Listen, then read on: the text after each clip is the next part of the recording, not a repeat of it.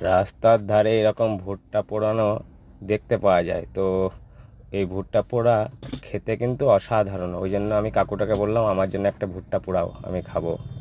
তো কাকুটা খুব যত্ন করে আমার জন্য পুড়িয়ে দিচ্ছে ভুট্টাটা, খুব সুন্দর করে পুড়িয়ে দিচ্ছে।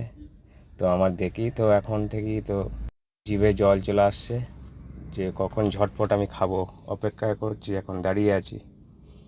এই যে কাকুটা এখন বিট লবণ দিয়ে একটু লেবু দিয়ে ঘষে দিচ্ছে সুন্দরভাবে। আমার তো জিভে জল চলে আসছে দেখেই, কখন তাড়াতাড়ি করে খাবো ঝটপট করে, সে অপেক্ষায় দাঁড়িয়ে আছি।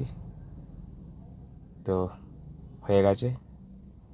তো কাকুটা এবারে চলে যাচ্ছে, আমি এবারে ঝটপট করে খেয়ে নিই। আর তো আর হয়েছে না। ও অসাধারণ খেতে, অসাধারণ। একটু যে গাড়িতে বসে আরাম করে খাবো, অসাধারণ অসাধারণ, খুব সুন্দর খেতে। তোমরা কে কে ভুট্টা পোড়া খেয়েছো আমাকে কমেন্টে বলো, ঝটপট বলো। খুব সুন্দর খেতে লাগছে, এরকম খাবার পাওয়া যায় না। টাটা বন্ধুরা।